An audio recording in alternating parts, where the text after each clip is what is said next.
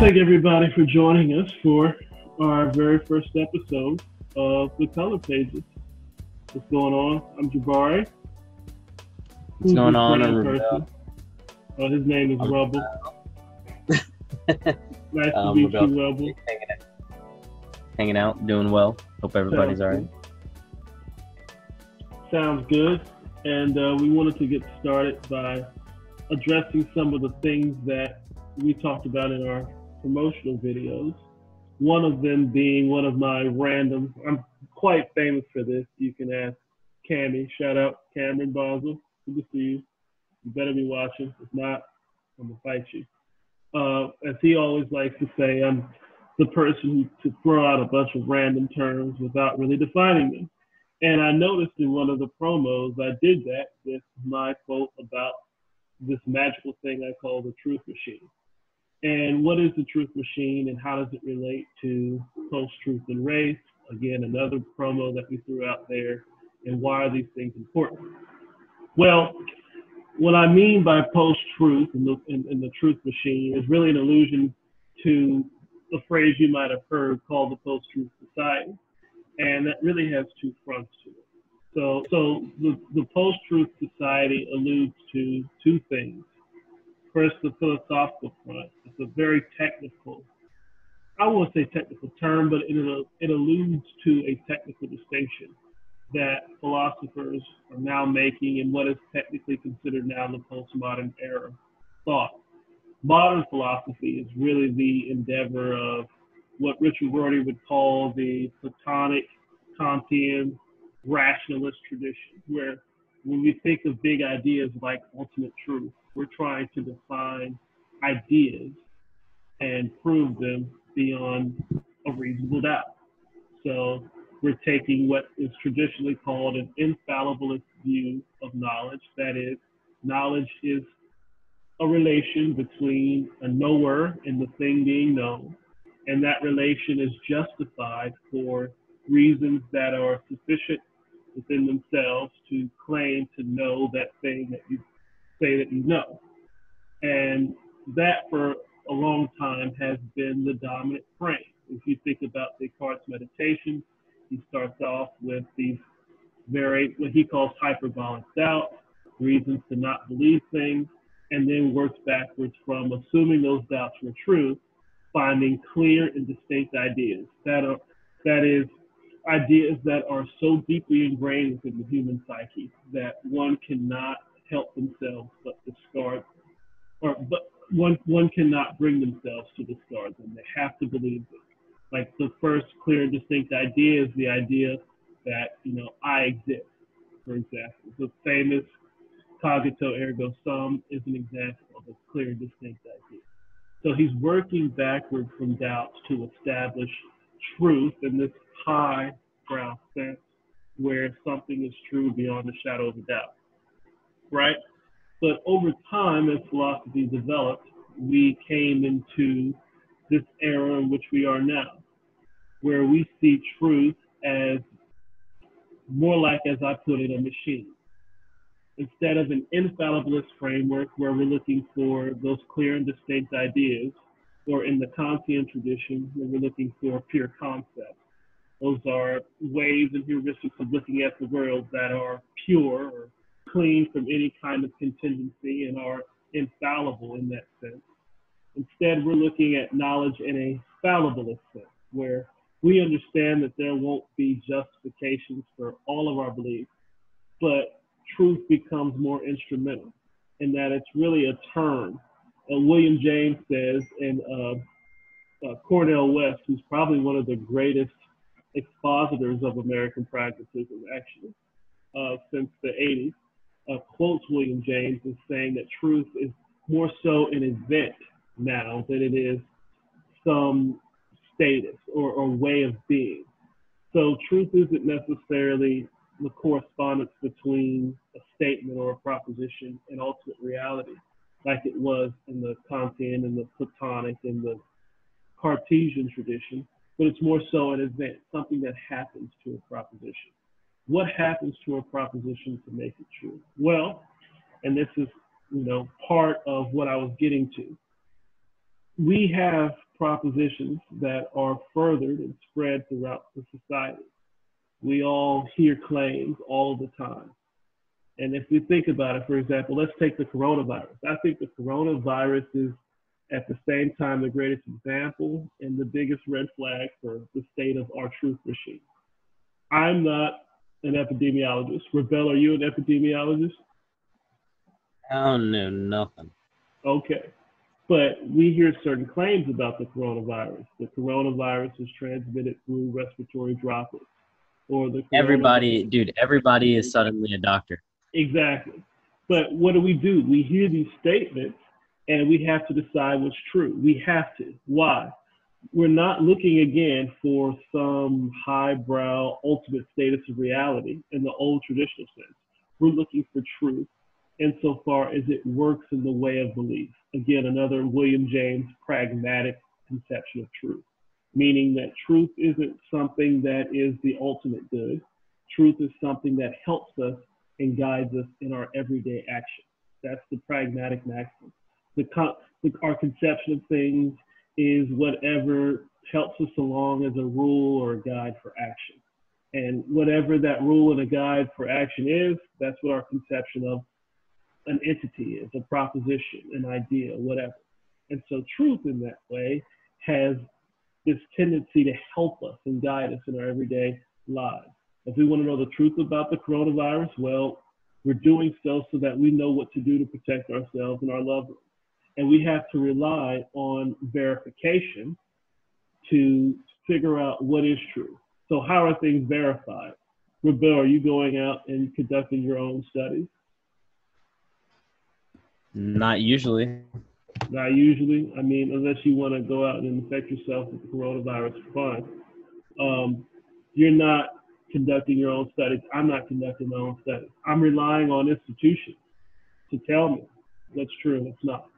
And we all kind of have this counterculture streak or vein in us to make us believe that we're free thinkers and we come to our decisions by ourselves. But that's not the truth. The fact of the matter is, truth is more like a currency that's spread around. Whenever you get a $20 bill, for example, you don't go and check that $20 bill to make sure it's legitimate. It's assumed legitimate unless you run into some kind of problem. The kind of problem being the inability to use that $20 bill in a subsequent exchange. In that same way, we hear claims about things all the time. We hear claims about the coronavirus all the time. And if they come off as credible, whatever that means, we adopt them into our everyday lives. And we act upon them until we find, wait a minute, this isn't really helpful anymore in my own protection. But we're in a state now, and again, the coronavirus is the perfect example of this. We're in a state now where the truth and the truth machine is broken, such that, can you still hear me? I'm kind of going in and out. Yeah, you're back. Okay. So we're in a state now, especially with the coronavirus, where the trust between the individual and the institution who tells us things is broken. And so we no longer can take at face value and have faith in the currency that we're receiving, the claims that we're hearing. And we no longer assume the truth or veracity of things. And so we either go out and try to verify them for ourselves, hence why everybody's adopting that, because everybody wants to go out and speculate about what they think the coronavirus is, or people just say, you know, all together, I'm going to do whatever I want to do, and I'm going to decide for myself what the coronavirus is, and I'm going to ignore what the institutions say altogether, even at the peril of my own life. That's literally what happens when the truth machine is broken, because trust is broken, because the country no longer exists as this democratic medium where everyone is on an equal playing field and where people believe in each other and trust each other. We're divided along lines of race and along lines of class, and that brings about the dissolution of the social fabric, the most important pillar of which is the way by which we pass along facts and have agreed upon truths. that we trust and believe in to guide us in our social action. And so when that trust is broken, it's hard for us to come together as a democracy, and it lends itself to race. And this is why we talked about race in our production meeting going up to it. And Rebel, I think you put it really well when you said race is the ultimate post-truth construction, because race within itself is, number one, a social construct. It's not something, it's not biologically essential, which is an academic way of saying that race isn't something that's genetic. It's not something that's hardwired. There's no real metaphysical basis to believe in something called race other than the human race. But what happens is it gains social expedience over time as things like political and economic benefits get conferred to some and denied to others along the basis of this thing that we have made up on the fly. If you black, you don't get to vote. If you white and you have property, you get to vote. If you black, you don't get to go to this school. You don't get to buy this land. You don't get to, use this bank. You don't get to have this loan. And so that social construction, completely made up of whole cloth, dictates how we perceive the world. It becomes a social construct which confines, number one, our ability to trust those institutions, because it poses a Derridian center. And we can talk about the center later. It poses within us another way of thinking and perceiving things that hinders our ability to hear facts, to hear truth, functional truth, and react accordingly. Some people are so caught up in their whiteness that they're losing their fucking minds. Some people are so caught up in their whiteness that they refuse to think or believe that racism exists. I mean, people are so caught up in whiteness that they're looking for reasons to blame George Floyd for his own death in the way that they look for reasons to blame Trayvon Martin for his own death, Michael Brown, Philando Castile, Alton Sterling, all of that with the same old recrimination. Because, again, that heuristic that's ingrained in their head through socialization plays just as much a role in being able to perceive functional truth as anything else. And that's backed up in a lot of critical theory, which Rebel is well versed in, and some of the pragmatists that I spoke on, something like the volitional nature or the passional nature, which William James speaks on, which hinders our ability and impacts our ability heavily to see truth and to react in the world as it is, because what we want and how we feel impacts what we see as much as vice versa. And so race is it is the product of the post-truth society, and it helps to perpetuate the post-truth society. And Rebel, since that is something that you said, which I thought was really profound, maybe you want to explain and talk more about that. Well, in talking about whiteness, I think it's really important that we mention that through the lens of whiteness, that they're looking at their identity of white, like the system of whiteness and white supremacy in general, as their truth. You know what I mean? And right. When you frame it in that way, that's their thinking. Like a truth does not have to be the truth. And I think that's a prime example of, I guess, what you called the erosion of truth when we were talking last time. Yeah. But in regards to just race as a whole, through whiteness, race and racism have both been constructed as truths. When we talk about social construction, we're talking about truths that people believe, regardless of any type of social construction, whether we're talking about race, class, gender. So in regards to the post-truth society, we've come to this point where, like you're saying, we have lost trust in our institutions, right? And not only just the institutions of truth, but institutions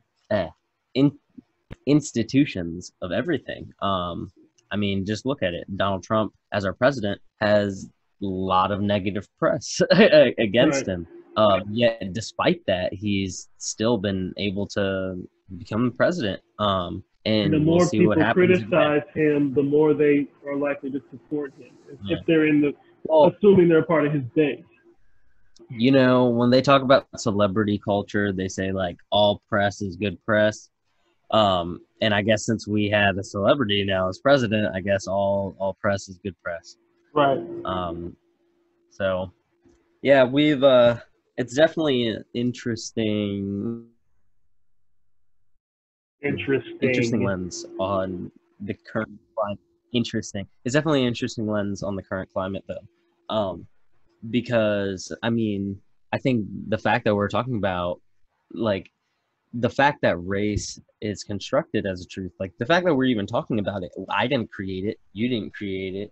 You know what I mean?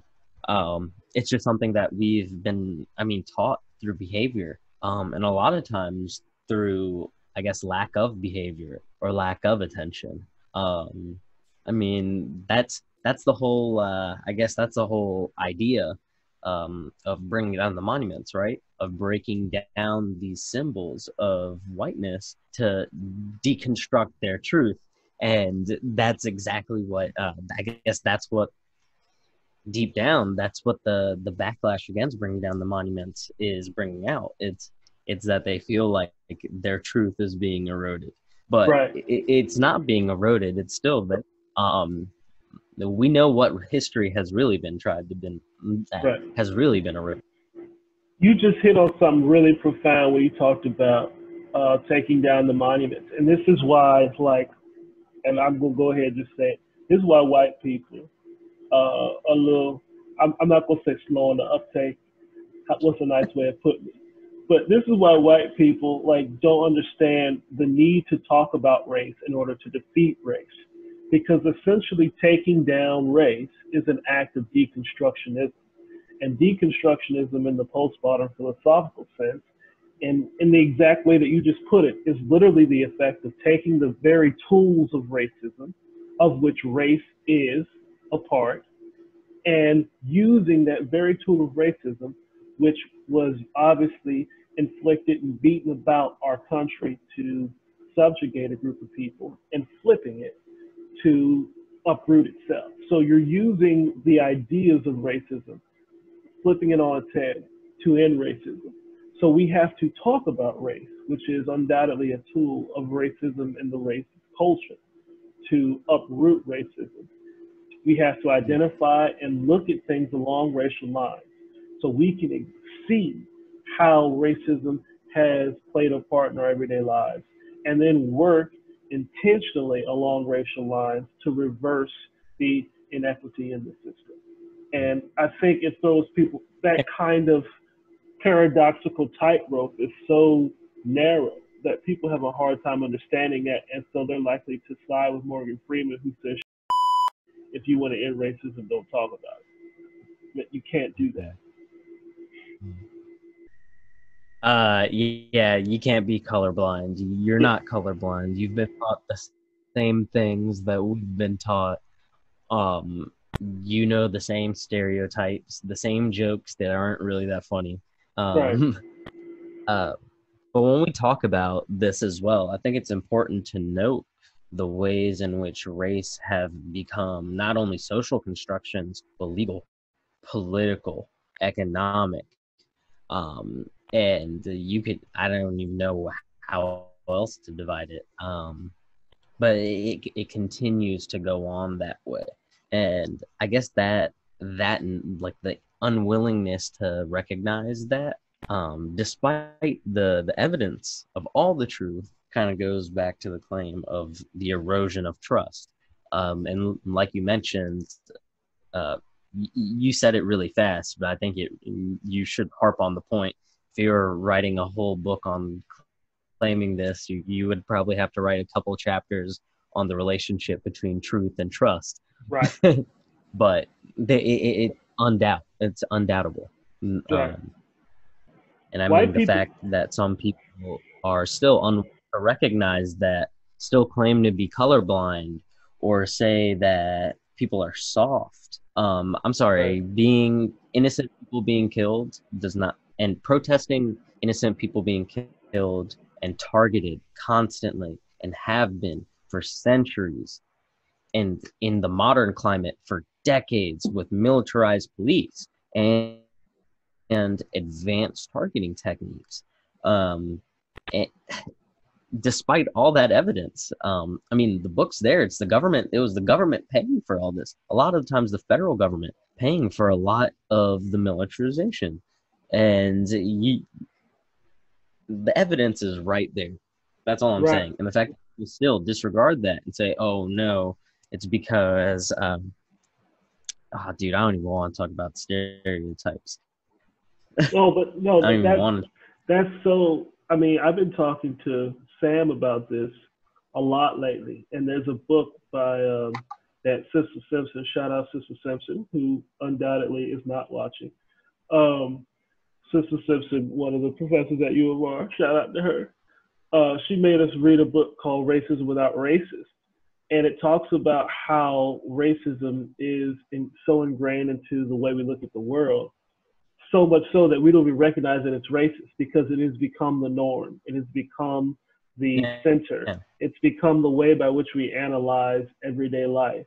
And in doing so and becoming so normalized, it's no longer viewed as shocking or an aberrant way of looking at things. It's just normal. That's why we use that word normalized. We mean it in the strongest sense.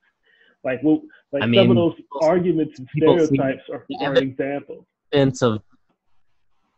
Evidence of how normalized it's been is just the people saying like, "Oh, white people get killed too. Why are by the police? Why are people so normalized to that?" Because exactly right. And then like you talked about like some of the stereotypes that we accept to justify these things, like unequal educational outcomes, for example. Well, that's because Black people, culturally, they're not really taught to value education. Like, number one, how the fuck do you prove that empirically? How do you prove that? Number two, no, it's not. I mean, it's just not true. Like, go out. Have you met Black people? And like the same thing, like with Latinos and the amount of children they have, it's like, well, they're just taught to breed. Like, what? What does that mean? You're making animals. No, we're not cows. Right. Or my favorite, and this was some stuff that you talked about in the production meeting that did make the promo, is the ways by which we have segregated ourselves. White flight is the number one example in my mind of racism without racism. White people are never going to say out loud, we don't want to live among Negroes. But they will say, I want to live in a safe community, which so happens to mean in their mind, a community without Black people. And so Black people will integrate into a community, and white people on their own volition will pack up and move and take dollars and investment with them, leaving people who are still there to be susceptible to depressed property value that's already partially depressed because of a lack of access to equitable capital and all of that kind of stuff. Yeah. And you're more well-versed in the data than I am on that stuff. Yeah. So it's kind of hard for me to get exactly where to start with all of this. But you're 100%. First thing I want to say, and I guess it's the foundation of everything. It's the fact that race has actually been codified. And I mentioned it a little earlier, how it's become also legal constructions, political constructions, and economic constructions, but it's also codified in these languages. And it was done so purposefully to kind of that colorblind behavior, to allow the norm to continue, to allow the oppression to continue, but just disregard it and say, it just, I guess, accept it when it's unacceptable. Right. It's unacceptable. The fact that it's been able to go on for so long is ridiculous, and more. But so yes, you're talking about we self-segregated ourselves. I've heard this claim so many times, like how people are be like, oh no, people just want to live like around people that are like them. And it's That's like just wrong. that's just 100% wrong. Right. We go back far enough, we can find that in 1890 in Richmond, we were actually less segregated by race than we are today in Richmond. And we like when you see that, I'm trying to find it out.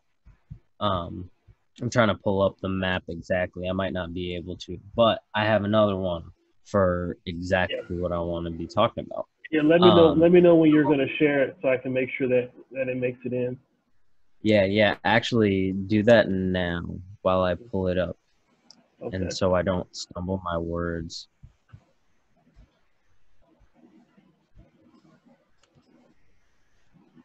Okay. Let's see. Is it letting you share? Should. Yep. Okay. Actually, no, it's not. It's not. Okay. All right, try now. Sorry, I'm just pulling up the Richmond map. All right, perfect. Thank you. Mm-hmm. All right, so me and Jabari are both alumni of the University of Richmond. So shout out to the University of Richmond for their digital scholarship lab. Shout out to Richmond for the digital scholarship lab, because this is a really cool piece of information.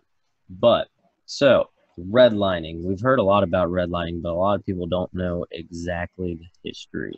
So in the late or early 1930s, oh my gosh, I can't get the right zoom. I'm sorry. It's probably really annoying.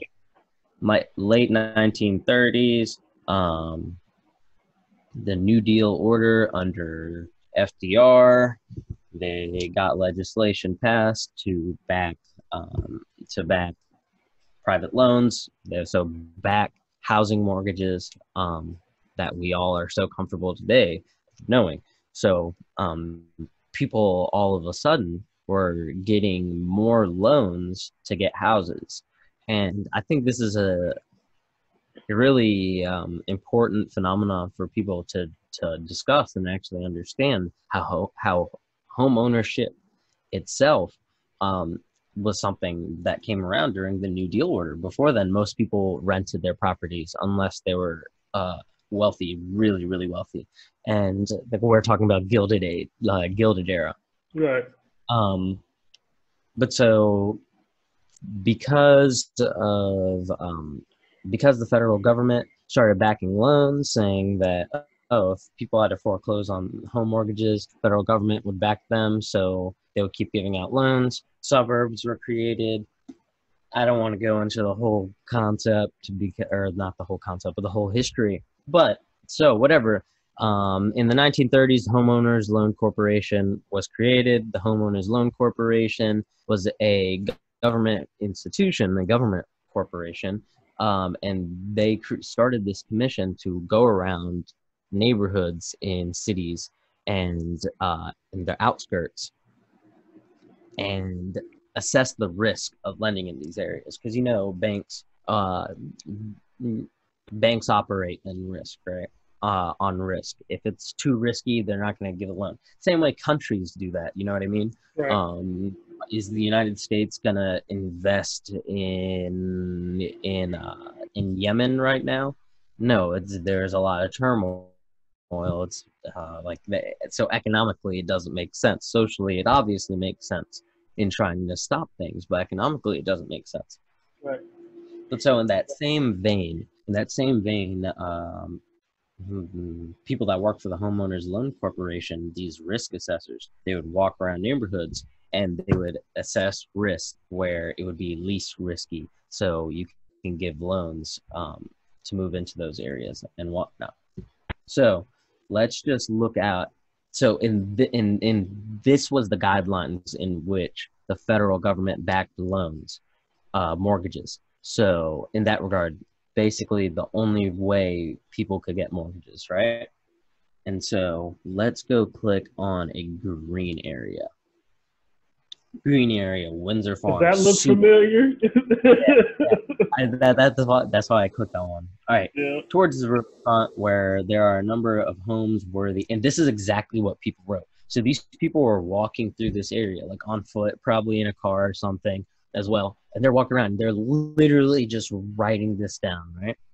All right. Towards the riverfront area, one home sold at 85,000. Sorry.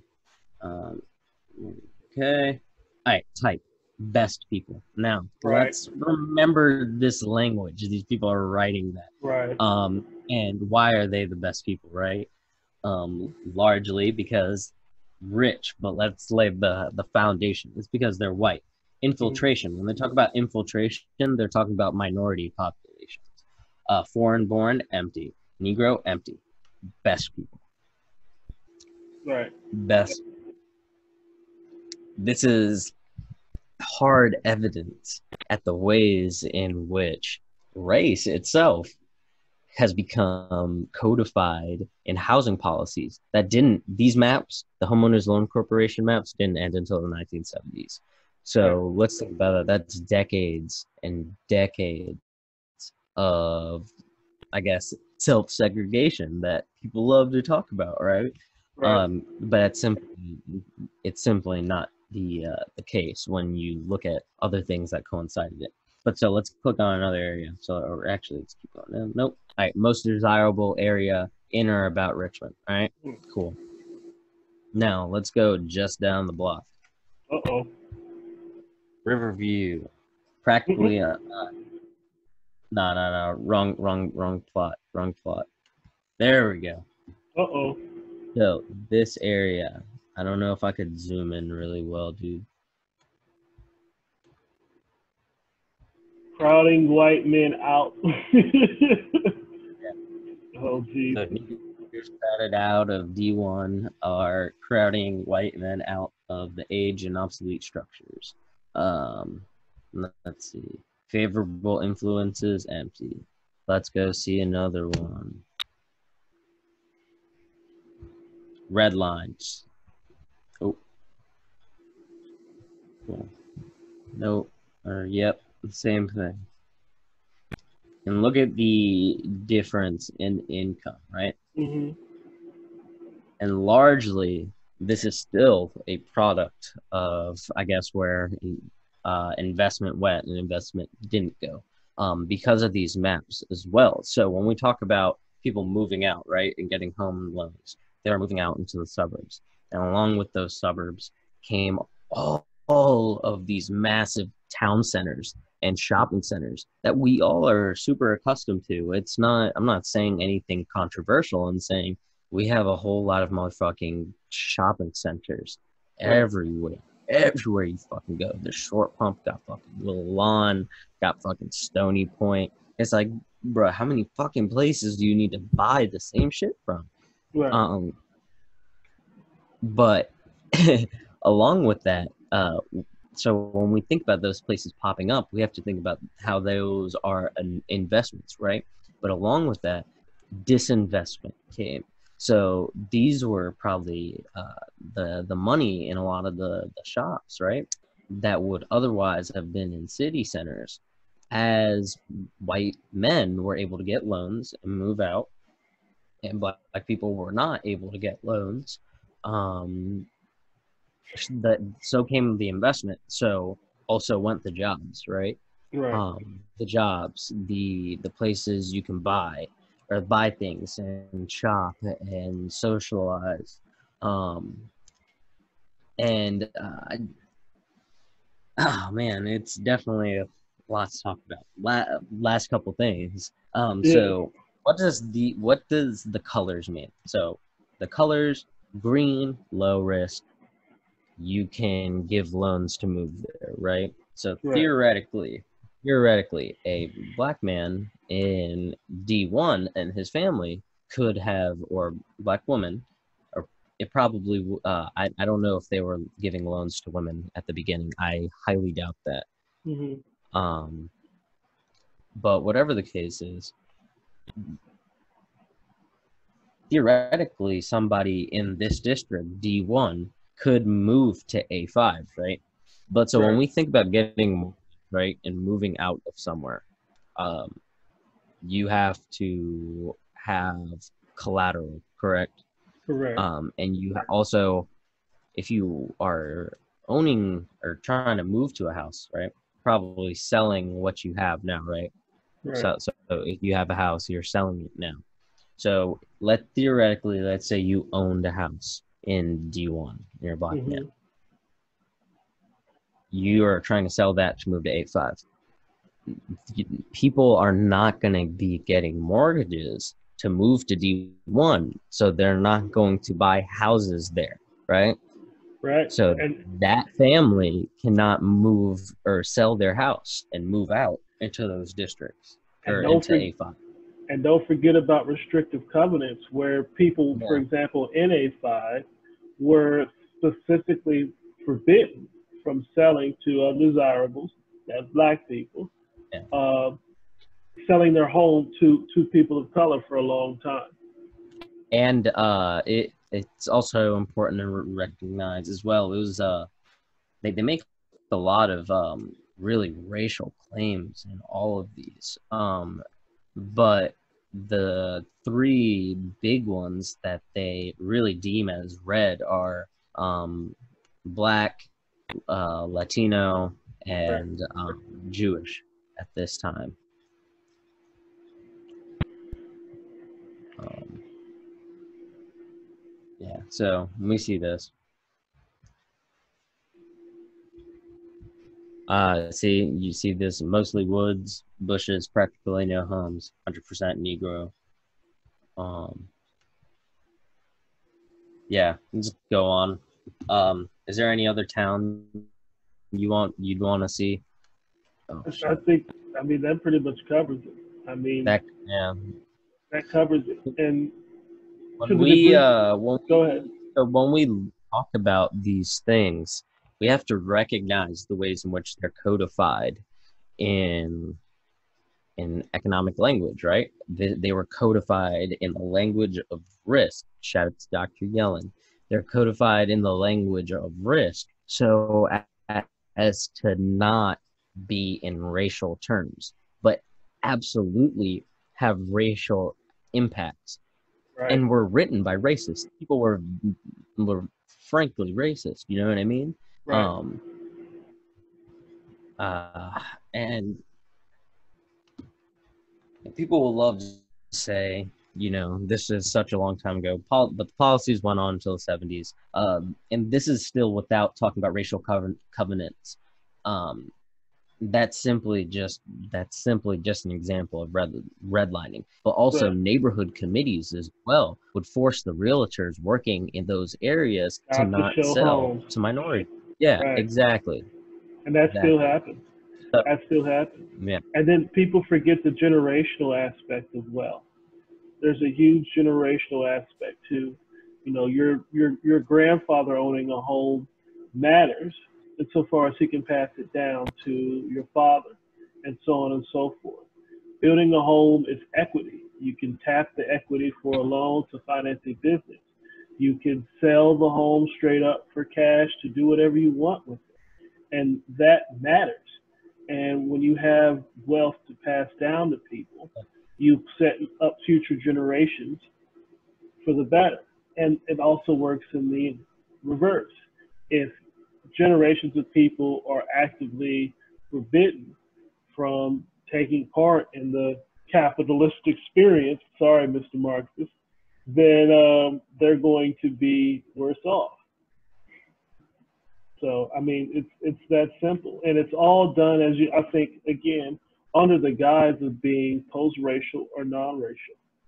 But that's because race has played such a big factor in the way that we look at things that we don't. What is actually outlandish and immoral becomes the normal and the routine and the way we make our decisions and analyze social phenomena. And we have to do a great part of racial recognition and repairing our racist legacy is going to have to be the active, conscious effort to look for where racialized outcomes have taken place and interrogating it and wondering why and flipping it on its head, saying, how can it be different? In kind of a Foucauldian way.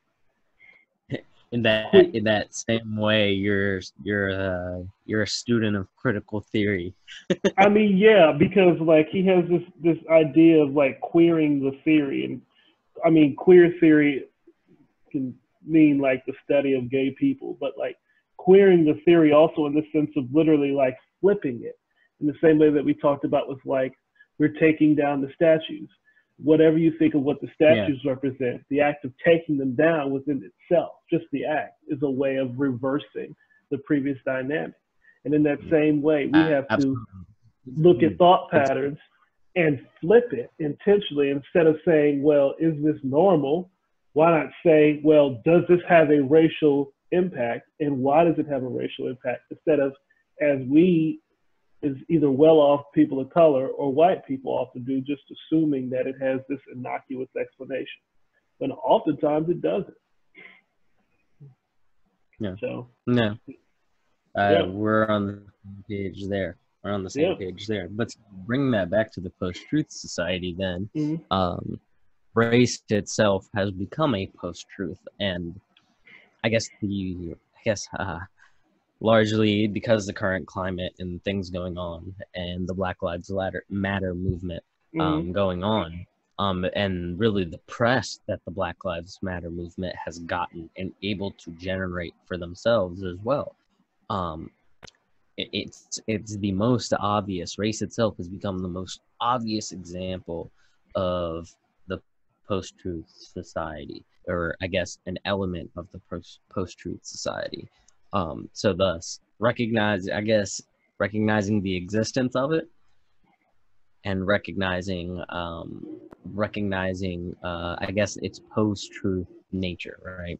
Right. It's something that exists. Racial outcomes still happen, or negative racial outcomes still happen, in police brutality, in education, in economic outcomes, in life expectancy, in professional outcomes, you name it, infant mortality, you name it. And on top of that, you layer gender, and it becomes even more incriminating, I guess, right? Right.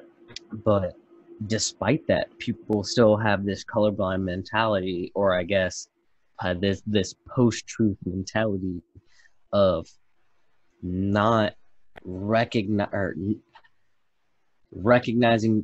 talking about racial outcomes, but denying their racist element, or their racial element.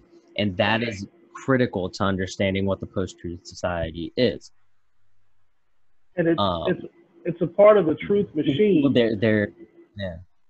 Because go back. Because this is where I really want to tie it together.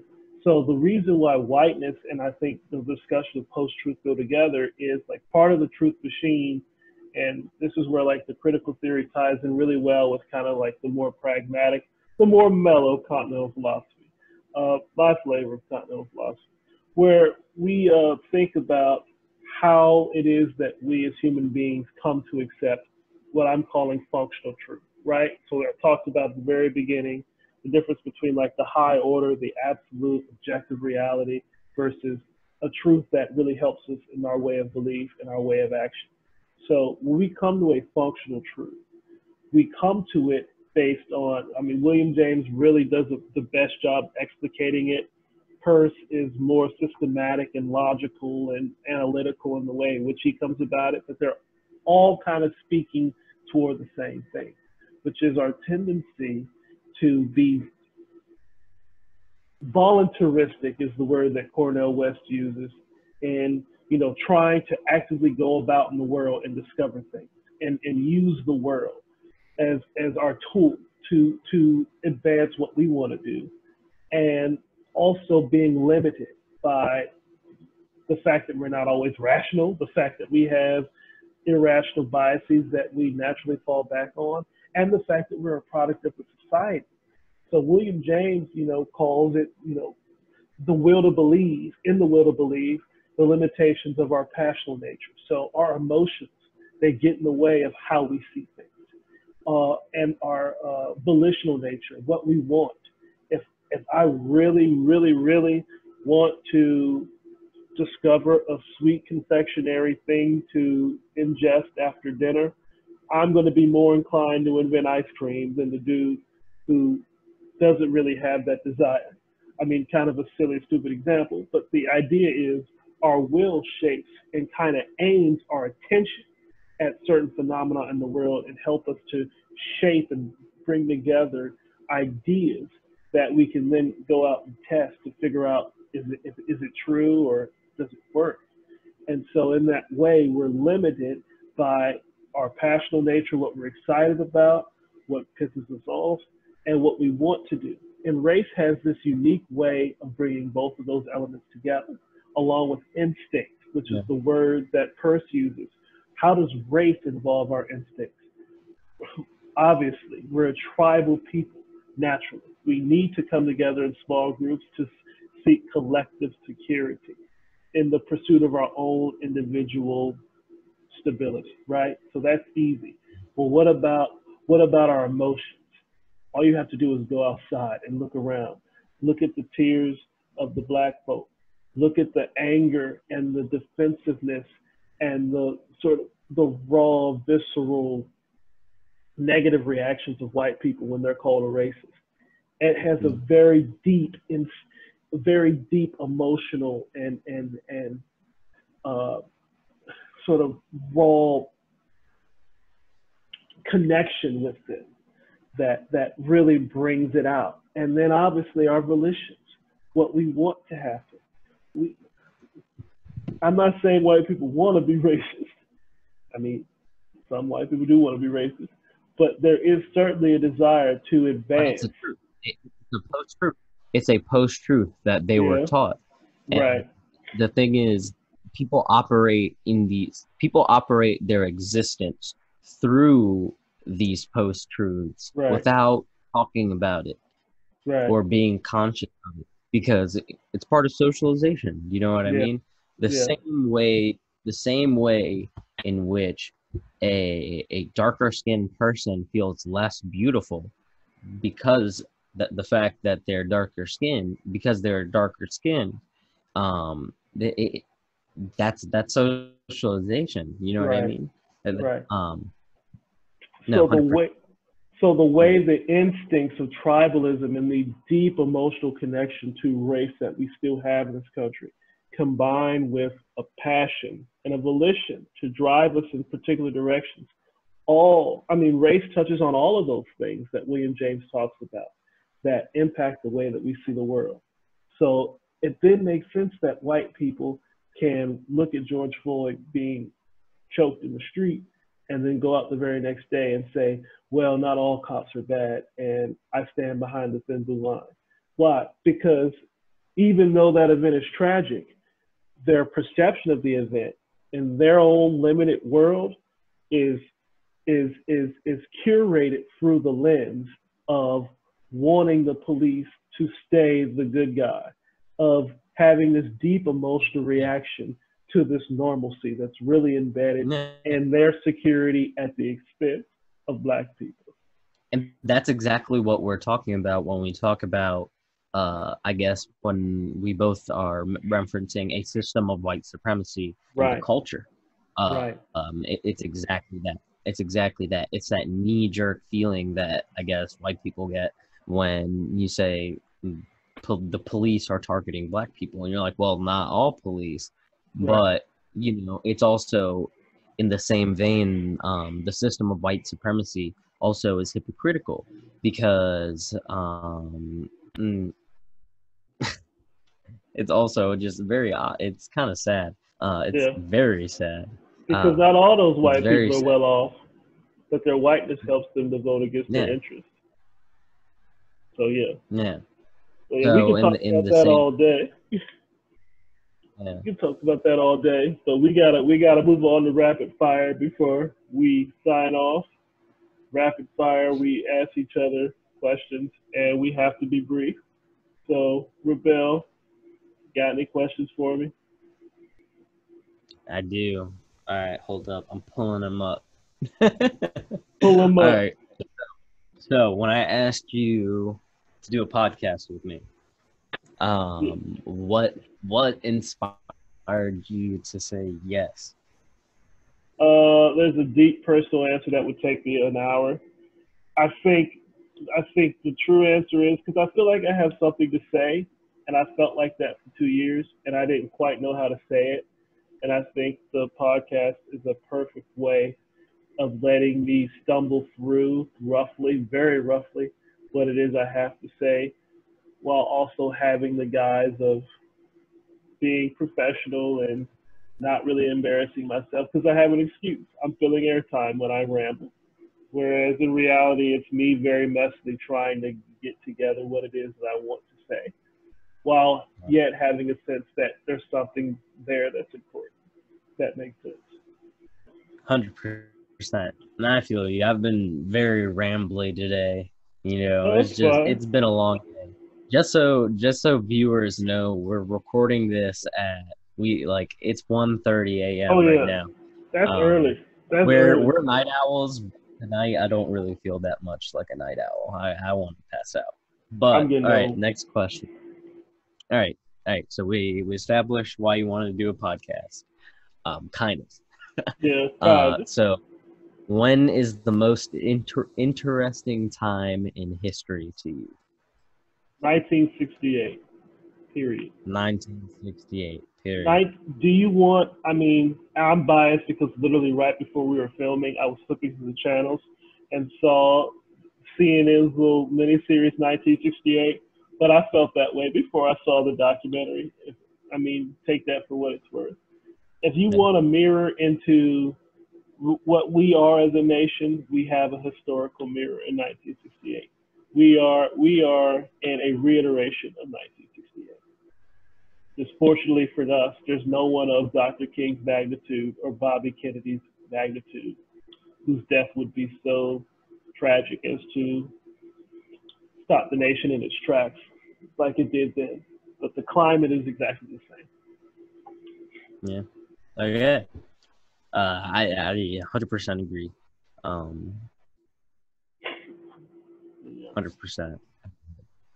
Definitely. I guess my time period is definitely a lot longer than you, but Yeah. it's in that same What were you gonna say? same The period. 60s? Mine's the whole all the Cold War. All the Cold Whole War. Cold Yeah. War. The Well, root the that root was your the study. the route in which America operates today is most closely related to the mentality and geopolitical culture and behavior that developed during the Cold War. So yeah, all right, but that's not my question. All right, what's your favorite album? Pimp Butterfly. To Doesn't have Pimp to a be hip hop. Butterfly. I know. Doesn't have to. It's All right, honestly, that's my favorite album. To Pimp a Butterfly was the I most important album of my entire life. Period. And I like jazz. I'm a jazz person, but To Pimp a Butterfly was important to no. me, and so in a deep personal way. And maybe one day I could go into detail as to why that is. That might be an episode one day. Hint, hint, wink, wink. We're gonna run into copyright problems if we do it that way, but yeah, We'll figure it out. We'll figure it out. we'll figure it No, out. it's definitely my favorite album. It's been arguing this for honestly since it came out, but it's the best hip hop album of our generation. Period. Post 2010, and arguably the most impactful and best hip hop album ever. Yeah, It's right up. It's right up there with Tupac's "Me Against the World." yeah. You know what I mean? It's a incredible album. Yeah, definitely, it's my number one too. So, damn, I Fair didn't enough. expect that. I expected Coltrane. I'm not gonna lie, or Well, Duke. Coltrane, a close second, I guess, and this one is more recent. I fell in love with Love Supreme recently. That's a beautiful album. But in terms of in terms of forming my identity, I have to admit it was To Pimp a Butterfly. That Yeah. was All right. No. Yeah. Best hip hop album ever. I agree, bro. Yeah. Best hip hop album ever. All right. So your questions for me then. What have you been keeping up with in the news? All right. So the past 3 days, absolutely nothing. Most recently, it's really just been Richmond news more so that I've been paying attention to. Um, I guess in regards to the monuments, but also in regards to police behavior against protesters. And there's too much to talk about, and it's Yeah. really disgusting to see people in the place that we called home. You know, we went to Right. Freeman High School. We both went to a product of white flight, Right. 100% product of white flight. Literally Yeah. a vestige of racist history. Right. And it's still there, man. It's still Yeah. there. But so mainly that. But other than that, I've kind of been in my own world, a little detached. I guess Fair quarantine enough. does that to you, and life, personal responsibilities, kind of does that to you sometimes. But it's been Richmond. Um, it's been very much Richmond, and now as a college grad, I feel a little bit, oddly enough, I feel a little bit closer to I guess being a part of Richmond. Mm-hmm. No, that makes sense. Uh, what does the colored pages mean to you? Oh man, so uh, I am the one that asked you to create the podcast. It's so I guess Tag. like what it does, like when I asked you, I guess what I was thinking of. Um, I don't know, man. Whenever you and me hang out, we always have these like honestly endless discussions that go on Yep. forever. Yep. And I think you guys can kind of tell that in the things that we talked about today, because it kind of we kind of go back and forth off each other as if we've kind of talked about it before, as if Yeah. but like we talked about it a million other times before, and so sometimes we kind of go back to like Right. old conversations we've had. And so like whatever the case is, we do that all the time, but I feel like in doing so, and since high school we've been doing that, but since doing so, I feel like those are the times in which not only have I framed the ways I think or don't think, but also in the ways in which I've understood how to challenge ideas, um, look at tough information, but also not be overwhelmed by it and take our time through it. And also be uncomfortable, but also not be uncomfortable by myself, because sometimes the things we talk about make us very uncomfortable. Right. But I think in terms of a podcast, then in the colored pages, I wanted to do it because I think we had something very important to say. I might be very rambly today. My apologies. That's definitely the time affecting me. But really, It was I think more we had something to coherent than say, you think it something was. genuine. Huh? It was more coherent than you thought it was. Don't worry about um, that. I appreciate that. But so I think we had something to say, and this episode, I guess we're a little more argumentative.